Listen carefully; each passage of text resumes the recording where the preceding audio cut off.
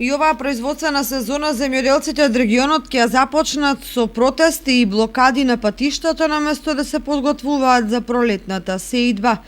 Причините се познати, а тие се во неисполнетите барања од страна на ресорните министерства и владата во поглед на исплата на субвенциите, повисоки откупни цени и интервентна помош поради ковид кризата. Но околу 2 месеци пред сеидбената кампања, пресметките на оризопроизводителите одат на линија дека вода во Калиманци ќе има повеќе од претходната година, што ќе овозможи покомотно планирање на застапеноста на оваа култура. Но залихите од вода сами по себе нема да значат успешна сеидбена производствена сезона, ако во меѓувреме не дојде до постигнување приближно реални откупни цени на арпата и белиот ориз. Особено заради се погласните закани на земјоделците дека нема да ги посеат нивите, ако однапред знаат дека ќе работат со загуба. Според нив, цената од 17 до 18 денари за килограм арпа не е доволно да ги покрие ниту производствените трошоци.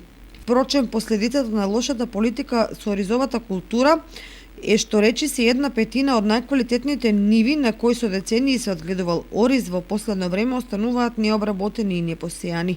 Оваа тенденција продолжува и поради масовното иселување на младите од кочанските села, па големи површини земја остануваат необработени поради тоа што со нив се занимаваат само повозрасни земјоделци со ограничени физички можности.